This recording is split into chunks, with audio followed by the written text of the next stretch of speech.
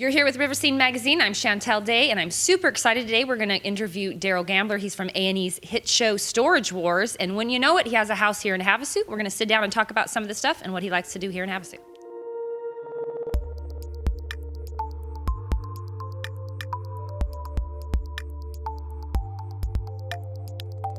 So I'm here with Darrell Gambler, like I said.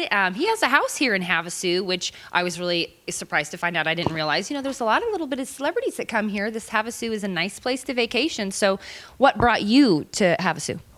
Hey, who would have ever thought, right? The Gambler in Havasu. What brought us here is my fiance skied here all her life, skied in Parker, all that kind of stuff. And we came out here a couple years ago in May when it was really hot and started looking around. Found this place, fell in love with it, and shazam, here we are. So how long have you been here? A year and a half now.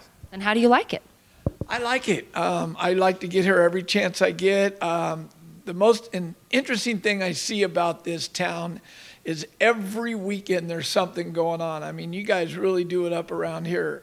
Anybody that comes here and gets bored has a big problem. Yeah, true story. In fact, like from our point of view, trying to report things, I tell you what, it's crazy on the weekends. There's a lot going on in Havasu. So I was also going to ask you, what's your favorite place or thing to do? Do you have places you like to frequent here, or restaurants you like to go to? Or if you play, what do you play? What do you do here? Well, the most amazing thing about Havasu, obviously, Arizona laws are they're very easy on the people that have watercraft and dune buggies and stuff. I mean, I can roll right out of the garage and be over in the dunes or heading out to the middle of the desert in the winter. I can launch the boat. I'm literally 1 block from the launch ramp. So I love to go up to Topak. I love to go down to Havasu Springs. And I just like to have fun and play, man. You got the mountains, the water. I mean, really, you got everything here you could really want to go do. Let's talk about some of the stuff that's going on with the Storage Wars, which I'm a big fan of. Me and my family, we own storage units, so we tune in all the time and watch most of the episodes and have watched you throughout the years. But my first question, a really big question I think everybody has is, have you ever had anyone call you or the show and say, those are my things and I want them back? Can I buy them or can I get them back? Yes, about 1 out of every 10 lockers that I buy, somebody sees their stuff or they hunt me down through my website or something like that. And most people, the crazy thing is everybody thinks people lose their storage lockers because they're down and out. And the number one reason people really lose their storage lockers is they put it on auto pay on their credit card, and then they don't leave a forwarding address and they don't re-up their credit card. That's why they lose it. So we're not out there buying people's stuff because they're down and out. It's all because they've made a grave mistake. Well, yeah, most definitely. I definitely understand that. What about, have you guys had to deal with stolen property? Have you had to return items or had someone say, that's my things and they were stolen from me? You would think that would be really a big deal, but I've had very few cases of that. Maybe one of the reasons is it's usually gone and sold before anybody even realizes it's gone. I mean, it's stuff, and stuff changes hands. Makes sense. So what would you say is the weirdest thing, child appropriate, what is the strangest thing that you've ever found in a unit? Wow, I'm asked that question a lot. And, in 40 years, I figured I've bought over 10,000 storage lockers. I think one of the more weirder things that I ever did was I bought a storage locker and invited my neighbors to come over and go through it. And it ended up being their ex-in-laws. Wow. It was pretty bizarre. Well, they say, things happen for a reason. It's probably not a coincidence that you just had the hair to go ask your neighbors to go through it with you. That's a really neat story. Yeah, I ended up giving a lot of stuff back. Well, that was good of you. Very good of you. Do you do that often when people call and say, it's not that I want this stuff, but there were personal things? Do you still have my personal things? I do. I'm really big on that. Kimber and I are getting ready to do another show about philanthropy and giving back. And one of the things about these shows, we've been very blessed. So we are able to give things back to people when we feel it's right. Matter of fact, we're going to call that show Give or Take. Very cool. I'm excited now. Ooh, we got a little tidbit there that we Just didn't. a little bit. Just a little Can't bit. let too much out. You earlier you had mentioned you. I was just going to ask you how long you've been doing this. You said 40 years. Also, what brought you? I mean, what got you into the business? What brought you to the business about 40 years ago? Well, this is a question I'm asked a lot, and I've answered it a lot, but it's a good question. I owned a landscaping business when I was a young man, and I wasn't doing a good job, and the guy fired me. And I went back to him and said, hey, I need my job. And he said, well, I'm going to show you something else, and you'll make money for the rest of your life.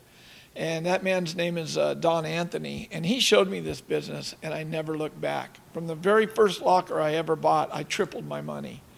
And I was like, whoa, I'm on to something. Wow. So teach a man to fish, and he'll feed himself instead of just giving him a fish, huh? Good. That's about the way that went down. I mean, I'm forever indebted to that guy for showing me this. Very, very interesting. That's really cool. I like that Yeah. story. And also, what would you say what was your favorite thing that you personally, your very favorite thing you ever found in a unit?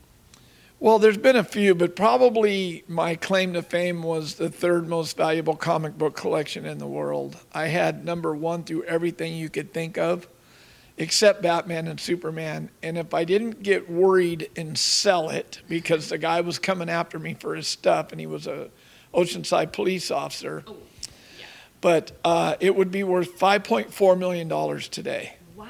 Wow.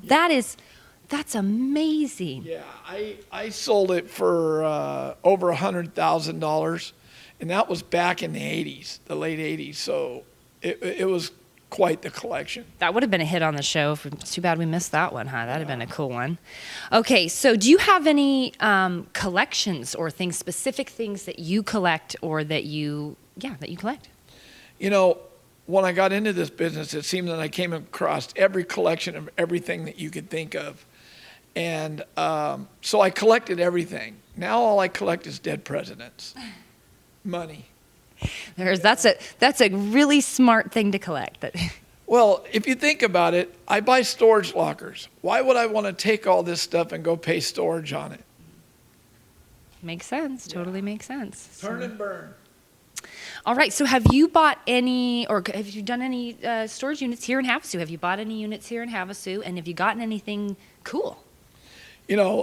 That's funny too, because my brother-in-law and sister-in-law, Tim and Lindley Diskin, called me up and said, hey, Darrell, they're having a storage auction right here in Havasu.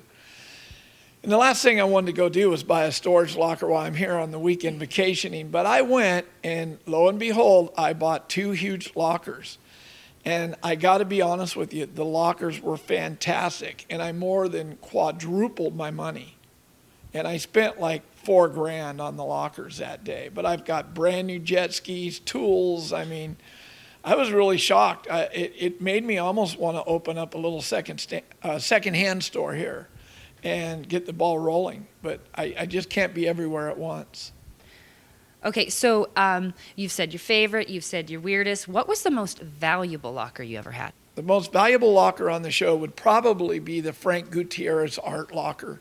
There was over 1,500 Latino Chicano art paintings in there.